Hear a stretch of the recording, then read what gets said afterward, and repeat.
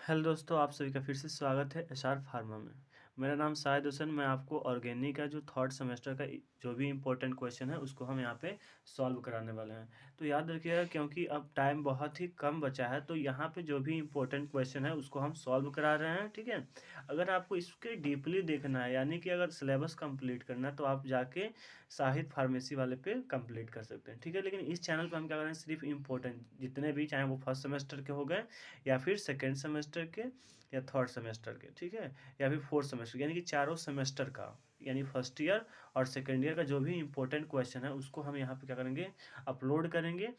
Important question का क्या important होता है ये हम पहले जानते हैं। इंपॉर्टेंट क्वेश्चन से क्या होता है, हमें ये अनुमान लग जाता है कि कौन सा क्वेश्चन कितने बार रिपीट कर रहा है, ठीक है। यानी कि जैसे मान लीजिए कोई क्वेश्चन होता है बार बार रिपीट करता रहता है, तो यहाँ से हमें पता चल जाता है कौन सा क्वेश्चन कितने बार रिपीट किया है और कितना इंपॉर्टेंट है। क्योंकि जो सिलेबस होता है वो बहुत लेंदी होता है, तो सिलेबस को कवर करना कम टाइम में बहुत ही टफ होता है। तो हम क्या करते हैं कि जो इंपॉर्टेंट क्वेश्चन होते हैं वो क्या करते हैं, उसको हम सॉल्व कर लेते हैं, उसको लर्न कर लेते हैं और एग्जाम में जाके लिख लेते हैं और अच्छे मार्क्स गेन कर लेते हैं, ठीक है। तो आज हम क्या देखना है, बी फार्मा थर्ड सेमेस्टर यानी कि सेकेंड ईयर की बात कर रहे हैं,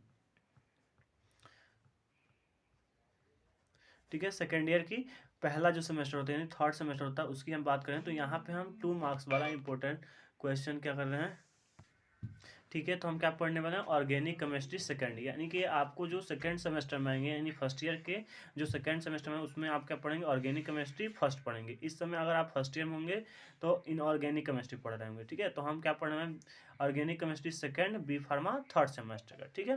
तो यहाँ पे हम क्या देखेंगे, आल इम्पोर्टेंट, ठीक है। तो क्या बता रहे थे कि जो आपका इंपॉर्टेंट 2 मार्क्स में जो इंपॉर्टेंट क्वेश्चन है 2023 और 24 के लिए थर्ड सेमेस्टर के लिए, वो यहाँ पे हम देखने वाले हैं, ठीक है।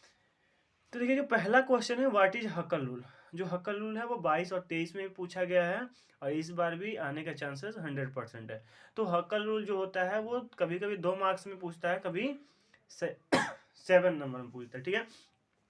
तो अकॉर्डिंग टू यहाँ पे हम कवर करेंगे 2 मार्क्स में, यानी अगर 2 नंबर में आता है तो आप कितना लिखेंगे, ठीक है। 2 नंबर में अगर आता है तो कितना लिखेंगे। तो यहाँ पे देखेंगे क्या है, व्हाट इज हकल रूल, ठीक है। तो पहला क्वेश्चन क्या है, हकल रूल। तो क्या लिखेंगे, Huckel will prepare a rule which compound is decided to word, यानी कि जो हकल रूल होता है वो क्या, एक ऐसा रूल प्रिपेयर किए जो डिसाइड करता है टू वर्ड। क्या पहला क्या होता है, sp2 या प्लेनर बोलेंगे या डिलोकलाइजेशन पाई बॉन्ड इनर, ठीक है। तो यहाँ पे कहने का मतलब क्या है कि यहाँ पे देखिए जो हक्कल रूल है, उन्होंने कहा कि जो हमारा कंपाउंड होता है तो डिसाइड करता है एरोमेटिक, क्या होता है, एरोमेटिक,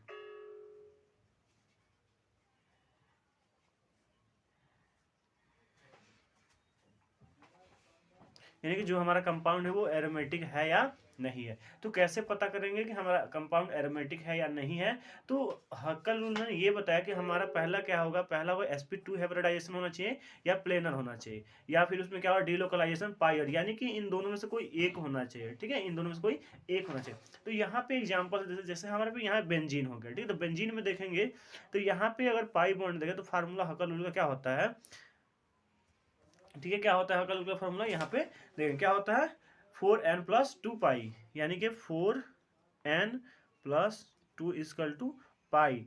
अब ये जो पाई बॉन्ड होते हैं तो एक यानी डबल बॉन्ड में क्या होता है, 2 पाई होते हैं। तो यहाँ पे 4n+2 इजकल टू कितना हो जाएगा, 6। यहाँ पे देखिए 3 बार जो है डबल बॉन्ड है, 1 2 3, तो ये क्या हो जाएगा, 4n+2 इजकल टू 6 हो गया। तो यहाँ पे हमारा क्या हो जाएगा कि n इजकल टू क्या हो जाएगा, 4+2, ठीक है, ये 6 हो जाएगा। तो यहाँ पे हम क्या लिखेंगे, 6 तो 6 होगा 6, यानी कि 1 आएगा। तो यहाँ पे n का जो वैल्यू आएगा वो क्या आएगा, 1 आएगा, यानी कि ये इंटीजर है। तो अगर n का वैल्यू हमारा 1 से लेके 9 के बीच में आता है, ठीक है, माइनस में नहीं होना चाहिए, पॉइंट में भी नहीं होना चाहिए और माइनस में भी नहीं होना चाहिए, अगर ये फॉलो करता है तो हमारा क्या आ जाएगा, एरोमेटिक कंपाउंड है। यहाँ पे देखेंगे तो यहाँ पे जो हमारा एलिमेंट साइक्लोहेक्सेन है, तो यहाँ पे हम क्या करेंगे, 4n+2 इजकल टू क्या होगा, 6। तो यहाँ पे हमारा क्या हो जाएगा, 4n इजकल टू 6-2, तो n इजकल टू क्या हो जाएगा,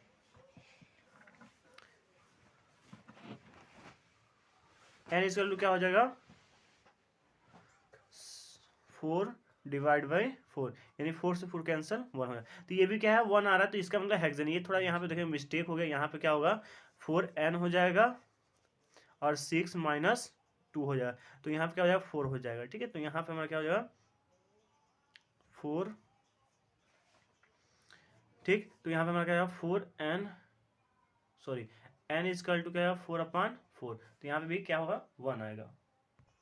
यहाँ पे थोड़ा सा मिस्टेक हो, क्या हो गया यहाँ पे देखिए हमारा क्या हो जाएगा, दो डबल बॉन्ड है, यहाँ पाई का वैल्यू कितना है 4 हो जाएगा, तो यहाँ 4n, ठीक है, प्लस 2 इजकल टू क्या हो जाएगा 4 हो जाएगा, तो यहाँ पे हम क्या लिख सकते हैं 4n इजकल टू 2 4 माइनस 2, ये जो हमारा 2 प्लस में इधर आएगा तो क्या हो जाएगा माइनस में हो जाएगा, तो यहाँ पे क्या हो जाएगा n इजकल टू 2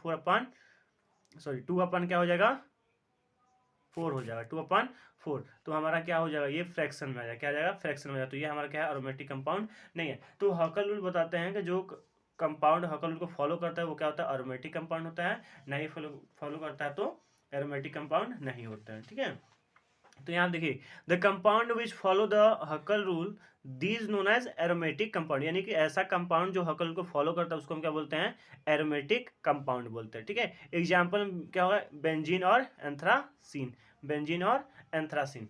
अब जो हमारा दूसरा क्वेश्चन है वो क्या बोल रहा है कि give structure of DDT and it's use, ये बहुत ही इंपॉर्टेंट, ये हमारा जो है आपका सेकेंड यूनिट का है। ठीक है, सेकेंड यूनिट का क्वेश्चन है, बहुत ही ज़्यादा इंपॉर्टेंट है। तो यहाँ पे पूछा क्या है डीडीटी का स्ट्रक्चर, तो ये डीडीटी का स्ट्रक्चर होता है और इसका यूज क्या है, तो यहाँ पे इसका यूज देखेंगे। तो यूज क्या है, it is use in agriculture industry ना एंटी सेप्टिक, यानी कि ये क्या होता है एंटीसेप्टिक की तरह यूज होता है, बैक्टीरिया को रोकने के लिए यूज किया जाता है, किसमें एग्रीकल्चर और इंडस्ट्री में। ठीक है, फिर क्या it is use treatment of malaria, यानी मलेरिया और टाइफाइड का जो बीमारी जो होती है मलेरिया टाइफाइड उसमें भी इसका हम यूज करते हैं। ठीक है, इंसेक्टिसाइड, इंसेक्टिसाइड का मतलब होता है क्या किल कर देना, यानी कि क्या करता है बैक्टीरिया को किल करता है। ठीक है, जो कीड़े मकोड़े होते हैं जैसे आप देखेंगे एग्रीकल्चर में जब कीड़े लग जाते हैं तो उस पर क्या होता है आपके दवा छिड़के जाता है, वो सभी के सभी क्या होते हैं डीडीटी के ही बने होते हैं। तीसरा क्वेश्चन क्या है describe the structure and use of phenol, तो फिनॉल क्या होता है फिनॉल का स्ट्रक्चर हमें बनाना है और इसका यूज बनाना है, तो फिनॉल का स्ट्रक्चर ये हो जाएगा, यानी कि ऐसे भी बना सकते हैं या फिर ऐसे बना सकते हैं।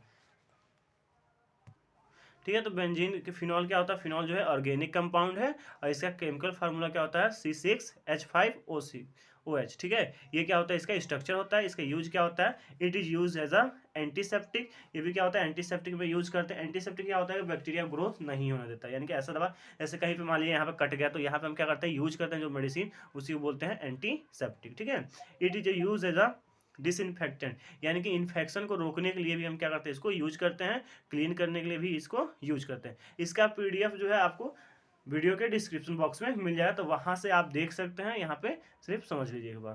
Thanks for this watching video.